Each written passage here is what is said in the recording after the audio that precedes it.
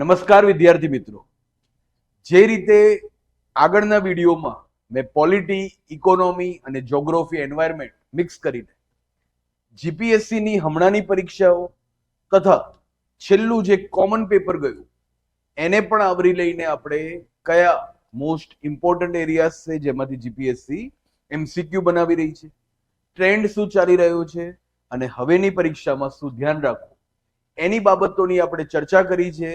એ જ રીતે આજના લેક્ચરમાં હિસ્ટ્રી અને આર્ટ એન્ડ કલ્ચરની હું ચર્ચા કરવા જઈ રહ્યો છું. તો આગળના વિડીયો કોઈએ ના જોયા હોય તો એક વખતે જોઈ લે. ભવિષ્યની બધી જ પરીક્ષામાં એને નિશ્ચિત લાભ થશે. અને હિસ્ટ્રી આર્ટ એન્ડ કલ્ચર શરૂ કરતા પહેલા ચાણક્ય, વિષ્ણુગુપ્ત, કૌટિલ્ય એમને પણ આપણે યાદ કરી દઈએ કે શિક્ષક છે કદી સામાન્ય નથી હોતો, પ્રલય અને નિર્માણ એની ગોદમાં પલે છે. અને હાલમાં તો જીપીએસસી થી લઈને ગુજરાત હાઈકોર્ટમાં પણ એમના દ્વારા લેખિત જે અર્થશાસ્ત્ર પુસ્તક છે એનો પણ ખૂબ મોટો વિવાદ થયો હતો. તો ચાણક્ય આજે પણ એટલા જ જીવંત છે અને પોલિટિકલ સાયન્સ હોય કે ઇકોનોમી હોય, દરેક જગ્યાએ એમના જે સિદ્ધાંતો છે એનું હંમેશા મહત્વ રહ્યું છે. તો મેઇનલી યાદ રાખવાનું છે કે હિસ્ટ્રી અને આર્ટ એન્ડ કલ્ચર નું પહેલા તો વેટેજ કેટલું છે છેલ્લી બધી પરીક્ષાઓમાં ડીવાયએસઓ એસટીઆઈ અને 1-2 માં. તો history art and culture class 1-2 માં એનું વેટેજ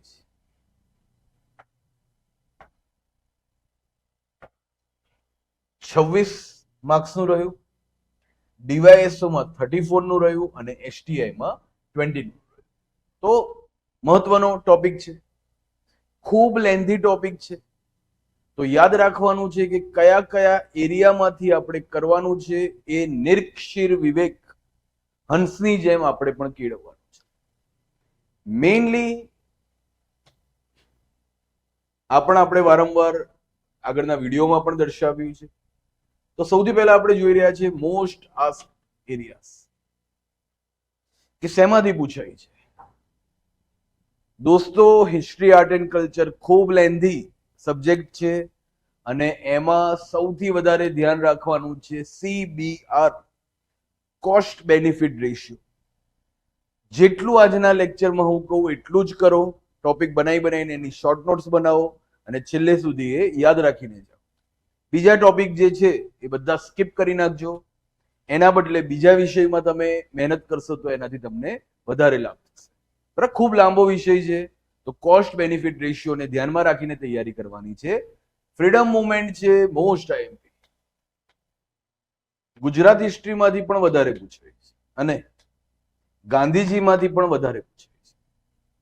તો સૌથી વધારે ધ્યાન એના ઉપર આપવાનું છે. આર્ટ એન્ડ કલ્ચરની પણ આગળ આપણે ચર્ચા કરીશું. મિડેવલ ગુજરાત, મેં કીધું કે ગુજરાતમાંથી વધારે પૂછાય છે, ગાંધીજીમાંથી વધારે પૂછાય છે, સ્વતંત્રતા આંદોલનમાંથી વધારે પૂછાય છે. ઓકે, હવે શરૂ કરીએ. એક્ઝેક્ટ હું તો સ્પષ્ટ જણાવું છું કે એક્ઝેક્ટ જેટલા પોઈન્ટ હું ભણાવવા જઈ રહ્યો છું, ચર્ચા કરવા જઈ રહ્યો છું, એની શોર્ટ નોટ્સ બનાવીને રાખો. એટલું જ કરો, બીજા વિષય ઉપર વધારે ધ્યાન આપો.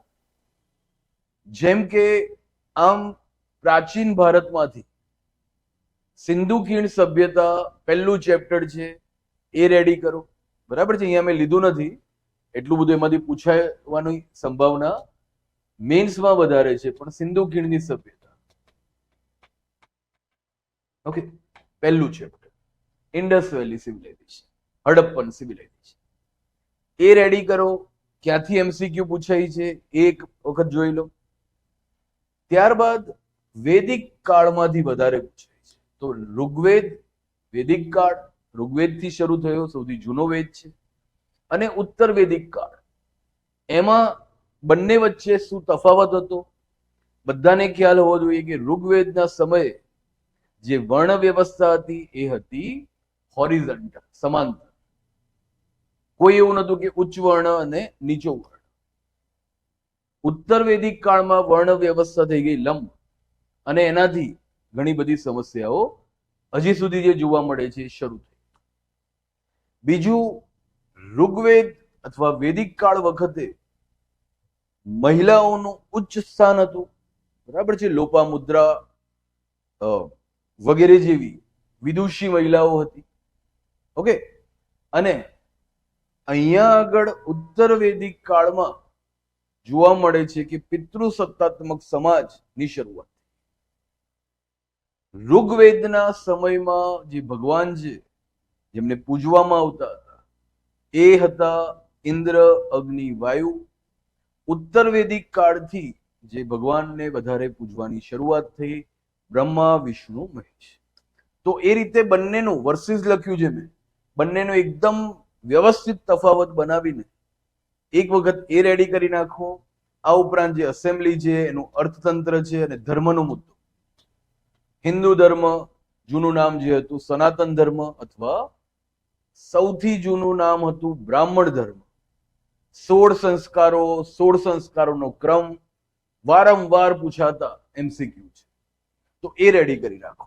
બરાબર છે. સિંધુ ખીણની સભ્યતા, વૈદિક કાળ અને બુદ્ધ અને જૈન ધર્મ. ગુજરાત સ્પેસિફિક પણ યાદ રાખો, એમનું દર્શન પણ યાદ રાખો, કયા સિમ્બોલ છે, કયા સંપ્રદાય છે, ક્યારે કઈ પરિષદ બની છે. ઓકે, 18 આગમો જૈન ધર્મના એ કઈ ભાષામાં છે? તો બધાને એમ તો ખ્યાલ જ હોય છે કે કઈ ભાષામાં છે. કોમેન્ટ સેક્શનમાં તમે જણાવજો. ત્રિપિટકો સોરી, એ બૌદ્ધ ધર્મના જે છે એ કઈ ભાષામાં છે એ પણ કોમેન્ટ સેક્શનમાં જણાવો. તો એકદમ વ્યવસ્થિત બુદ્ધ અને જૈન ધર્મને રેડી કરી નાખો. બરાબર છે. તો આટલું જ યાદ રાખીએ કે કરવું જોઈએ. પછી મૌર્ય યુગ હોય અથવા તો બીજો કોઈ યુગ હોય એની ચર્ચા પછીથી બહુ જ આવડતું હોય તો પછી તમે એનું મૌર્ય યુગ છે, ગુપ્ત પીરિયડ છે, એ બધું એના પછી તમે રેડી કરો. આટલું પહેલા કરો.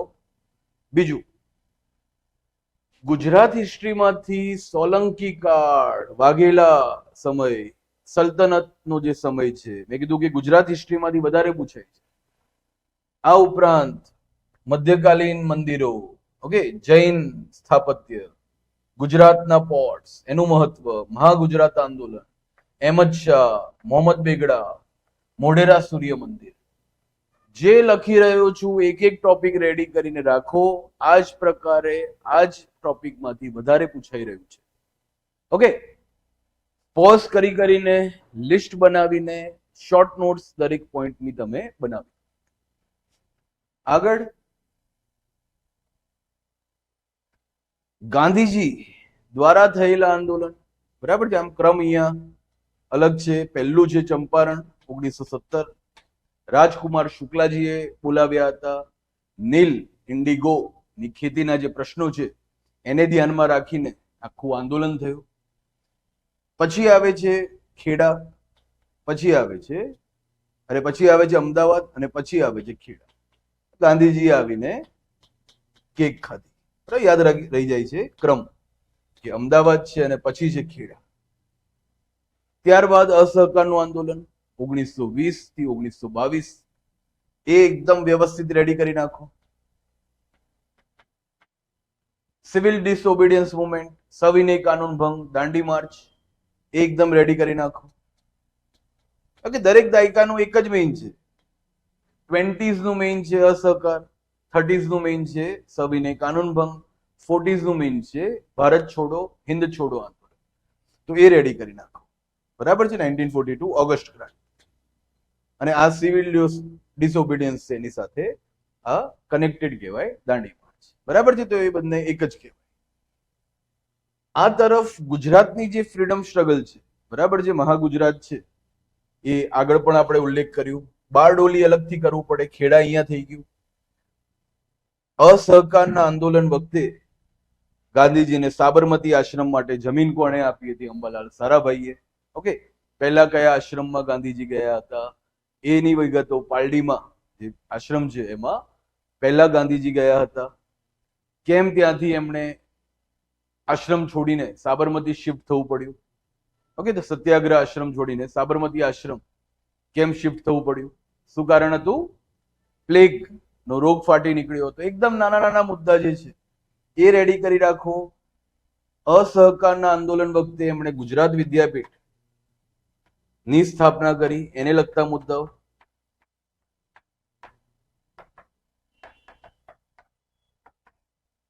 ગુજરાતના ક્રાંતિકારીઓ એ રેડી કરી નાખો. ઓકે, ઇન્ડિયા હાઉસ કચ્છમાં એની રેપ્લિકા બની છે. એકદમ એક એક ટોપિક ઉપાડીને એને રેડી કરી નાખો. આગળ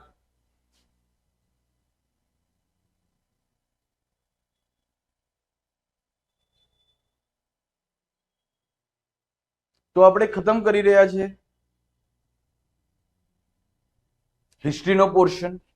બરાબર, પછી બધું જ મધ્યકાલીન, પછી બરાબર ગુજરાતનું મધ્યકાલીન મહત્વનું, ભારતનું મધ્યકાલીન, પછી હર્ષવર્ધનનો સમય, પછી બધું જ પછીથી કરો. જે આપણે કહી રહ્યા છે એ મુજબ તમે વ્યવસ્થિત તૈયારી કરો.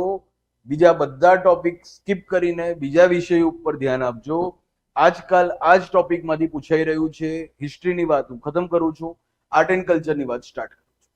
કે સૌથી વધારે મંદિર સ્થાપત્યમાંથી પૂછાઈ રહ્યું છે, યુનેસ્કોની સાઇટમાંથી પૂછાઈ રહ્યું છે, અને ગુજરાત કલ્ચરમાંથી વધારે પૂછાઈ રહ્યું છે. ઓકે, 3 ટોપિક મોસ્ટ આઈએમપી કહેવાય. અને એની અંદર પણ મેં એક્ઝેક્ટ લિસ્ટ બનાવીને આપ્યું છે. એટલું જ અત્યારે પહેલા કરવાનું. જેમ કે જો વાંચતા વખતે હિન્દુસ્તાની સંગીત, કર્ણાટકી સંગીત, એના વચ્ચેની પણ વધારે બાબતો લોકો યાદ રાખે છે. નૃત્યો વ્યવસ્થિત કરે છે, પણ નૃત્યોમાંથી એટલું બધું નથી પૂછાઈ રહ્યું. ઓકે, જે કલ્ચરલ ડાન્સીસ છે એમાંથી એટલું બધું વધારે નથી પૂછાઈ રહ્યું. તો પેઇન્ટિંગ્સ, ચિત્રકળામાંથી વધારે નથી પૂછાઈ રહ્યું. તો વાંચતા વખતે પણ જે ટોપિક આપણે અહીંયા કહી રહ્યા છે એના ઉપર જ વધારે ધ્યાન જવું જોઈએ. જેમ કે અહીંયા આગળ મંદિર સ્થાપત્યમાં નાગર શૈલી, દ્રવિડ શૈલી, વેસર શૈલી અને મારું ગુજરાત શૈલી એકદમ પરફેક્ટ.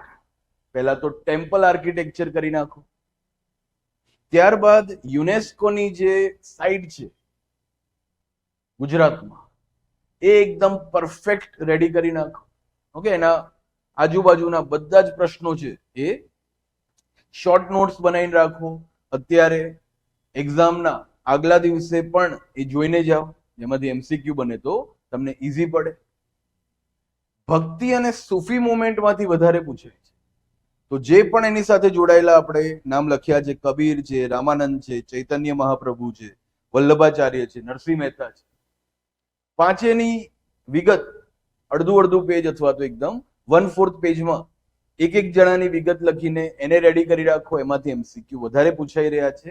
અને છેલ્લે ગુજરાતનું જે લોક સાહિત્ય છે, લોક સંસ્કૃતિ છે, એની સાથે જોડાયેલા મુદ્દા જેમ કે ભવાઈ છે, ગરબો છે, ડાયરો છે, ઓકે, ફોક ઇન્સ્ટ્રુમેન્ટ છે, આદિવાસીની સંસ્કૃતિની બાબતોમાંથી વધારે પૂછાઈ રહ્યું છે, અને હેન્ડીક્રાફ્ટ્સ, એના ઉપર તમે ભાર આપો. આટલું જ કરો પહેલા તો.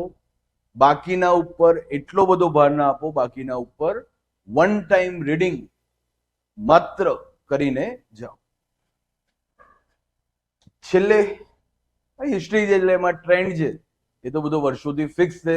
જે ભણી રહ્યા છે એને જ આપણે ટ્રેન્ડ ગણી નાખી. અને બધી જ મેં આગળ ચર્ચા કરી નાખી છે. છતાં પણ નેક્સ્ટ એક્ઝામ માટે કયા મોસ્ટ આઈએમપી ટોપિક્સ હશે એની પણ અહીંયા મેં લિસ્ટમાં વાત કરી છે. લગભગ બધી જ ચર્ચા કરી નાખી છે. એકાદ ખાલી સુભાષચંદ્ર બોઝ, ઇન્ડિયન નેશનલ આર્મી, સુભાષચંદ્ર બોઝ કયા કોંગ્રેસના સત્રમાં એ અધ્યક્ષ રહ્યા હતા, બરાબર છે. તો 1938 હરિપુરા અધિવેશન, 1939 ત્રિપુરી અધિવેશન. એના પછી બીજી બધી જ બાબતોની ચર્ચા હું આગળ કરી ચૂક્યો છું. તો તમારો સમયના વેસ્ટ થાય એટલા માટે હું રિપીટ નથી કરતો. અને આપણે ટૂંકા જ વિડીયો બનાવી રહ્યા છે, જેથી વ્યક્તિને જેટલું કામનું છે, બરાબર, વિડીયો પોઝ કરીને પણ એ જેટલું કામનું છે એટલું જ ધ્યાનમાં રાખે અને એનો પણ એક્ઝામ સમય વેસ્ટ ના જાય. જય હિન્દ, જય ભારત, જય જય ગરવી.